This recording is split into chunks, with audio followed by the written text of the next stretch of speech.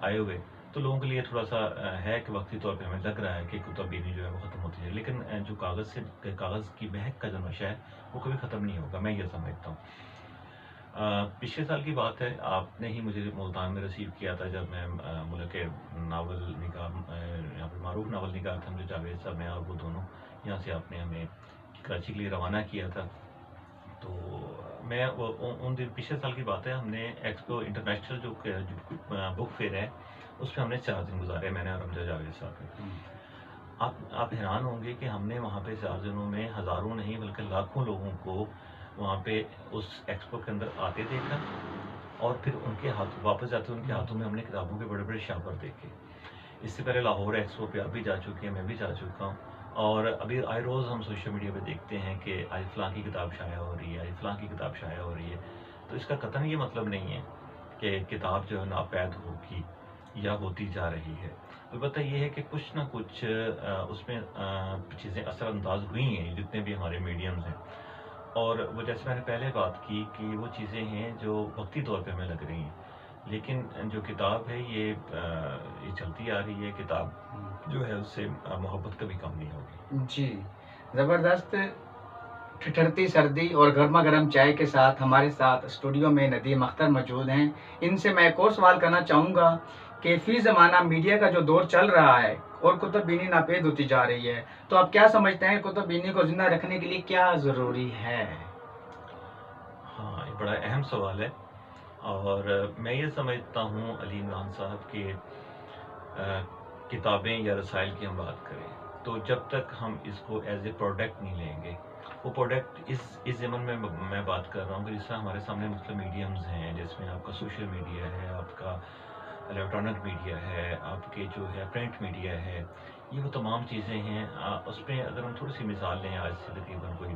اپنے بچپن کی بات کر لیں، یا ہمارے آگے بچے ہیں ان کی بچپن کی بات کریں، تو ہمیں کبھی ہمارے والدین نے نہیں بتایا تھا کہ پیپسی جو ہے یہ کسی چیز کا نام ہے، یا ہمارے بچوں کو ہم نے اپنے بچوں کو نہیں بتایا کہ پیپسی کیا چیز ہے، یا پیپسی آپ وہ کون سا مشروب ہے۔ اس طرح ابھی ہمارے بچوں کو پتہ ہے کہ کیو موبائل کیا ہے، ابھی ہمارے بچوں کو پتہ ہے کہ سپریم کیا ہے۔ تو یہ وہ چیزیں ہیں جو میرے بات کرنے کا مقصد ہے کہ یہ ان کو جو بھی کمپنیز اس طرح کا جو چیزیں لانچ کرتی ہیں، ہمیشہ ان کو سیل کرنے کے لیے یا لوگوں کی توجہ حاصل کرنے کے لیے اس کو ایز اے پروڈکٹ اس کی ایڈورٹائزمنٹ کا کام لیتی ہیں۔ میں یہ سمجھتا ہوں کہ جتنی بھی زیادہ اس وقت میڈیم آ چکی ہیں ہمارے سامنے، اس میں اب یہ ضروری ہو چکا کہ ہمیں جو اپنی کتابوں کو، اپنے رسائل کو ایز اے پروڈکٹ کے طور پہ لینا پڑے گا۔ ہم اگر چاہتے ہیں کہ لوگوں کی توجہ حاصل کریں، تو اس کی ایک مثال ہمارے سامنے اس وقت جو پچھلے مہینے ماہنامہ نومبر کراچی کا جو اجرا ہوا، اس کا پہلا شمارہ وہ جب مارکیٹ میں آیا اور وہ ہاتھوں ہاتھ بک گیا، تو اس کو ہم کیا کہہ سکتے ہیں کہ اس کا مطلب یہ ہوا ہے کہ انہوں نے کون سی میتھڈالوجی استعمال کی ہے۔ انہوں نے وہی میتھڈالوجی استعمال کی جو کوئی بھی ملٹی نیشنل کمپنی یا نیشنل کمپنی اپنے پروڈکٹ کو لانچ کرنے سے پہلے یا لانچ کرنے کے بعد اپنے مختلف میڈیم کا استعمال کرتے ہوئے اپنے بل بورڈ لگاتی ہے، اپنے اخبارات میں اشتہارات دیتی ہے، اپنے ٹیلی ویژن پہ اشتہارات دیتی ہے، تو اس سے یہ ہوتا ہے کہ لوگوں کی توجہ اس طرف مبذول ہوتی ہے۔ تو کاوش صدیقی صاحب نے بہت اچھا کام کیا کہ وہ جب نومبر لے کے آئے، نومبر لانے کے بعد انہوں نے فوری طور پہ جو ہے وہ ٹیلی ویژن کے اوپر اس کے اشتہارات آئے، اور مختلف سوشل میڈیا کے اوپر انہوں نے کمپین کی۔ اس کا یہ فائدہ ہوا کہ پہلا شمارہ انتہائی کامیابی کے ساتھ جو ہے وہ مارکیٹ میں نکلا اور لوگوں نے اس کو خریدا، اور میں اس کو سمجھتا ہوں کہ ان کی میتھڈالوجی ان کو جو پہلا شمارہ وہ کامیاب ترین اشاعت اس کی تھی، اور ہمیں بھی جتنے بھی پبلشر ہیں، جتنے بھی اب ادارے ہیں رسائل شائع کرنے والے،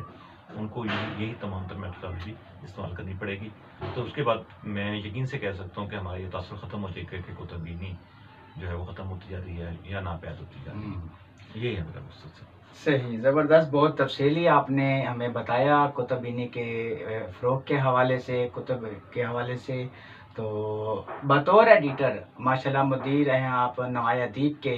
آپ کو کیا مسائل درپیش ہیں؟ ویسے تو کہا جاتا ہے کہ رائٹرز کو ایڈیٹران سے مسائل درپیش ہوتے ہیں، تو ہم پوچھنا چاہیں گے بطور ایڈیٹر آپ کو رائٹرز سے کیا مسائل درپیش ہیں؟ جی رائٹر سے تو کوئی مسئلہ نہیں ہے، البتہ ہمیشہ کسی فرد سے یا بھی کسی بھی شخص سے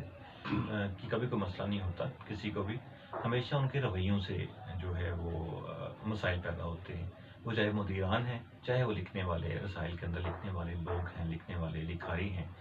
تو لکھاریوں سے یا مدیران سے کبھی نہ لکھاریوں کا مسئلہ ہوا ہے نہ کبھی، اور نہ مدیران کو لکھاریوں سے، نہ لکھاریوں کو مدیران سے کبھی مسئلہ ہوا ہے. ہمیشہ جب بھی کوئی ہمیں سامنے کھل کے آئی ہے تو ہمیشہ رویوں کی بات ہوئی ہے. اس سے پہلے مسئلہ ہوتا تھا لکھاریوں کو کہ ان کی کہانیاں جو ہے ردی کی ٹوکری کی نظر رکھتی ہیں، لیکن اب کچھ عرصے سے جب سے یہ ای میل کا سسٹم آیا، جب سے یہ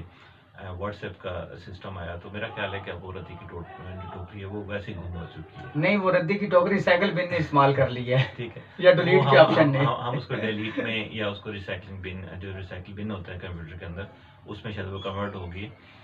البتہ میں ایک یہاں پہ جو اپنے لکھنے والوں سے جو بات کروں، کیونکہ میں بھی بطور آج مدیر بھی میرا ایک ہی کام ہے پاکستان کے اندر، اور بطور جو ہے وہ جو رائٹر کے طور کے اوپر بھی میں نے بہت سارا کام کیا ہے. وہ یہ ہے کہ جب میں مدیر تھا مختلف ایک دو رسائل کے ساتھ بطور میں نے عدالت اس کی ذمہ داری سنبھالی، جس میں بچوں کا ادب، ماہروں بچوں کا ادب جو مین جس کا میں نے کام کیا، جو بچوں کی کہانیوں کا ایک میگزین تھا. اس میں جو مجھے جس چیز کا سامنا کرنا پڑا رویوں کا، وہ یہ تھا کہ کوئی بھی ایک رائٹر ہے وہ جب اپنی کوئی کہانی، اپنی نظم، اپنا مضمون مجھے بھیج دیتا ہے، مجھے ای میل کرتا ہے یا مجھے وہ واٹس ایپ کے ذریعے اٹیچ کر کے اس کی یونیکوڈ میں مجھے بھیجتا ہے، تو اس کا جواب فوری طور پر ان کو دے دیا جاتا ہے کہ آپ کی کہانی جو ہے وہ دیکھنے کے بعد آپ کو اطلاع کر دی جائے گی. لیکن یہ ہوتا ہے کہ ظاہری بات ہے ایک وقت کے اندر ایک مدیر کے بعد صرف ایک کہانی نہیں آتی، اس وقت سینکڑوں کہانیاں، سینکڑوں مضامین اس کے پاس آ رہے ہوتے ہیں. لیکن ہمارے بہت سارے ایسے، اکثریت کی تو بات نہیں کرتے، لیکن بہت سارے ایسے رائٹرز ہیں پاکستان کے اندر جو اپنی کہانی، اپنی نظم، اپنا مضمون بھیجنے کے بعد پھر ان کا یہی کام ہوتا ہے کہ صبح سے لے کے شام تک کم از کم 12 دفعہ 10 دفعہ یہ وہ پوچھ نہ لیں کہ ہماری کہانی کا کیا بنا ہے، ہماری کہانی کب شائع ہو رہی ہے. اور وہ سلسلہ صرف ایک دن میں نہیں رکتا، وہ جب تک کہانی ریجیکٹ ہونے کا ان کو میسج نہ جائے یا کال نہ جائے، یا شائع ہونے کی جو ان کو جو ہے کہانی شائع ہونے کا میسج نہ جائے، تو اس وقت وہ خاموش نہیں ہوتے، بلکہ انہوں نے روزانہ ان کا معمول ہوتا ہے کہ صبح سے لے کے شام تک انہیں ایک ہی میسج کرنا یا کال کرنی، سر ہماری کہانی کا کیا بنا ہے. تو ان چیزوں کو، اپنے رویوں کو ہمیں تھوڑا سا چینج کرنے کی ضرورت ہے کہ جو بھی اس طرح کے نئے لکھنے والے ہیں یا وہ سمجھتے ہیں کہ ان کے بار بار پوچھنے سے جو ہے ان کی کہانی جو ہے وہ اگر غیر معیاری کہانی پہ تو وہ معیاری ہو جائے گی، تو یہ ان کی تھوڑی سی بھول ہے. البتہ مدیر کوئی بھی ہے تو وہ جو بھی اچھی چیز ہوتی ہے تو وہ جو سمجھے مدیر کی کمزوری ہوتی ہے، اسے شائع کرنی ہوتی ہے. اگر آپ سمجھتے ہیں کہ آپ نے ایک اچھی کہانی لکھی ہے، آپ کے اندر ایک اچھا کہانی لکھنے والا بیٹھا ہوا ہے، تو آپ کی تحریر کبھی بھی رد نہیں ہوگی. آپ اپنی کہانی بھیجیں، کہانی بھیجنے کے بعد مہینہ ایک انتظار کریں. ظاہری بات ہے جو بھی ادارہ ہے اس نے اپنے پورے پروسیس کے ساتھ چلنا ہوتا ہے. اس نے فوری طور پہ اپنے کہانی ای میل کی، اس نے فوری طور پہ نکال کے دیکھ لینی ہوتی کہ یا پڑھنی لینی ہوتی کہ اس کہانی میں کیا ہے، کیا یہ کہانی شائع ہونے کے قابل ہے یا نہیں ہے. بس یہ تھوڑے سے رویے چینج کرنے کی ضرورت ہے. بس یہ مجھے ہمیشہ جو مسئلہ رہا ہے وہ رویوں سے رہا ہے، چاہے مدیر ہیں چاہے وہ رائٹرز ہیں، اور کوئی مسئلہ نہیں ان کے ساتھ. صحیح. جی ماشاءاللہ، بہت تفصیلی آپ نے اپنے مسائل بتائے ہیں مدیران کے، اور اس کے ساتھ ساتھ جو رائٹرز کو مسائل ہوتے ہیں ان پر بھی آپ نے ڈسکشن کر لی. ماشاءاللہ سے آپ سینئر لکھاری بھی ہیں، تو آپ اپنے نئے لکھنے والوں کو کیا پیغام دینا چاہیں گے چائے اور مہمان کے اس پروگرام میں، تاکہ آپ کا یہ پیغام جو ہے ہمارے ناظرین تک پہنچنا چاہیے، نئے لکھنے والوں تک پہنچنا چاہیے؟ جی آپ بتائیے. نئے لکھنے والے جو ہیں ان کے لیے بڑا آسان. اس سے پہلے تو ہم نے سنا ہے کہ ایک لفظ لکھنے کے لیے 1000 جو لفظ ہیں وہ پڑھنے پڑتے ہیں، لیکن آج کا جو بچہ ہے وہ کچھ اور چیز چاہ رہا ہے پڑھنے کے لیے. اس لیے میں یہ سمجھتا ہوں، اور میرے نئے لکھنے والے جتنے بھی یہاں پہ مجھے سن رہے ہوں گے یہاں پہ، ان کے ساتھ میں یہی بات کرنا چاہوں گا کہ جہاں پہ وہ مطالعے کی طرف راغب ہیں، مطالعہ کر رہے ہیں اچھی کتابوں کا، وہاں پہ وہ اپنے مشاہدے کو بھی تھوڑا تیز کریں، اپنے ایکسپوجر کو تیز کریں. وہ جب تک ان کا ایکسپوجر، ان کا مشاہدہ